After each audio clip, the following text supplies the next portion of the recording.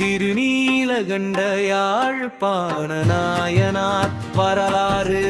எல்லைக்கு அருகிலுள்ள எருக்கத்தம் புலியூரில் பிறந்தவர் திருநீலகண்ட யாழ்ப்பாணர். காரைக்காலுக்கு அருகில் உள்ள தருமபுரம் என்னும் பதியில் பிறந்த மதங்க சூளாமணி.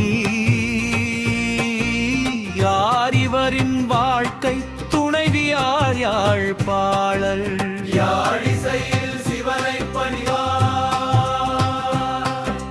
சூளாமணியார் பாடல் இசைத்து பணிவார்.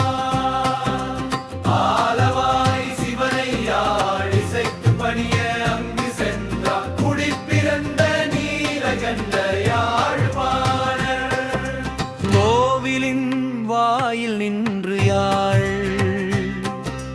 எடுத்து நரம்புகளை முறுக்கி இன்னிசை வெளிப்பட சிவனார் புகழை அவ்யாழில் இசைத்து பணிந்து நின்றாடிசை கேட்ட மகிந்த ஆலவாயர்த்தம் குடி பிறப்பு எண்ணி வெளியில் நின்றவாறு இசைப்பனை பந்து.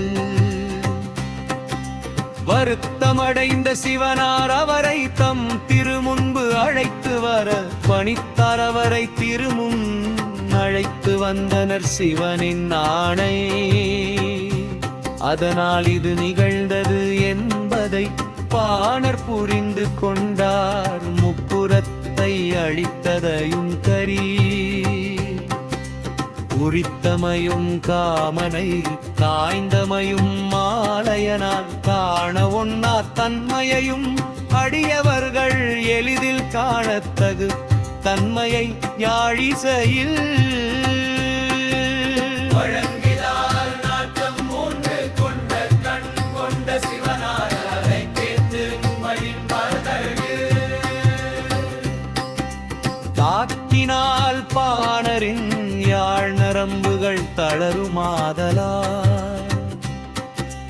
அவருக்கு பலகையொன்று இடுவீர் என் சிவனார் மொழி கேட்டு பொற்பலகை கொண்டு வந்து இட்டனர் தொண்டர் அதன் மேல் ஏறி நின்று சிவனின் வல்லமை செயல்களை கேட்பவர் உள்ளம் முருகையாழில் இசைத்து பாணர் பணிந்தார். அங்கு அகன்ற பின்பதிகள் பல பணிந்தாரூர் சிவனாரை பணிய அங்கு வந்த காலனை காய்ந்ததையும் அடியவர்க்கு அருளும் திறத்தை யாழில் இசைத்து நாளும் பணிந்தார் பாணர். வடதிசையை வாயில் வழியாக பாணரை அழைத்து வரச் செய்த சிவனார்கள் பாட மூலத்தானத்து சிவனாரையா இசைத்து நாளும் பணிந்து அங்கிருந்தார் காழி சென்று சம்பந்தரை வணங்க எண்ணிப்பாணர். வரும் வழியில் உள்ள பதிலரை பணிந்து